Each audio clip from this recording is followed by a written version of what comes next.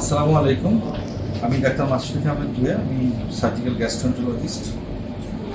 আমি সহকারী অধ্যাপক, ঢাকা মেডিকেল কলেজে কর্মরত হিসেবে আছি।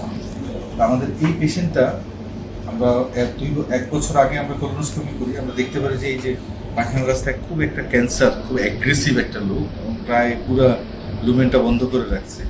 তারপরে এই পেশেন্টটা আমাদের ডাক্তাররা দেখে চিন্তা করলো যে না, তাকে আগে অপারেশনের আগে কেমোথেরাপি এবং রেডিওথেরাপি দিবে, এবং রেডিওথেরাপি কেমোথেরাপি দেওয়ার পরে এই পুরো টিউমারটা একেবারে ছোট হয়ে গেছে, একেবারে অনেকটাই নিঃশেষ হয়ে গেছে।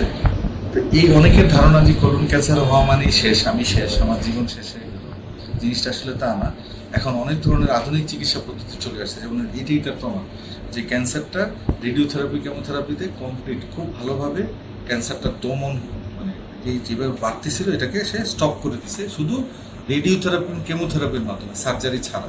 এখন এই অবস্থায় যদি সার্জারি করে, এই অবস্থায় সার্জারি করলে রোগীর আউটকাম যেটা অনেক ভালো হবে, কারণ যেহেতু রেডিও কেমোথেরাপি কাজ করতেছে, অল্প হয়ে গেছে, টিউমারটা ছোট হয়ে আসছে।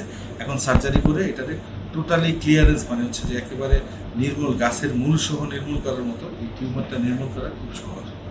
তো যারাই কোলন ক্যান্সারে আক্রান্ত, অনেকেই এই সংবাদ শোনার পরেই ভেঙে পড়েন। ভেঙে পড়ার কিচ্ছু নাই। এখনকার যে আধুনিক চিকিৎসা পদ্ধতিতে কোলন ক্যান্সার একেবারেই নির্মূল করা সম্ভব। তো আমার এই পেশেন্টের হচ্ছে তার প্রমাণ। সে নিউঅ্যাডজুভেন্ট কেমোথেরাপি, রেডিওথেরাপি পেয়েছে। এখন তার পরবর্তী স্টেপ হচ্ছে সে এখন একটা এক্সপার্ট হ্যান্ডে ভালো কোনো সার্জনের কাছে গিয়ে সে সার্জারিটা করে নিবে এবং সে ভালো থাকবে।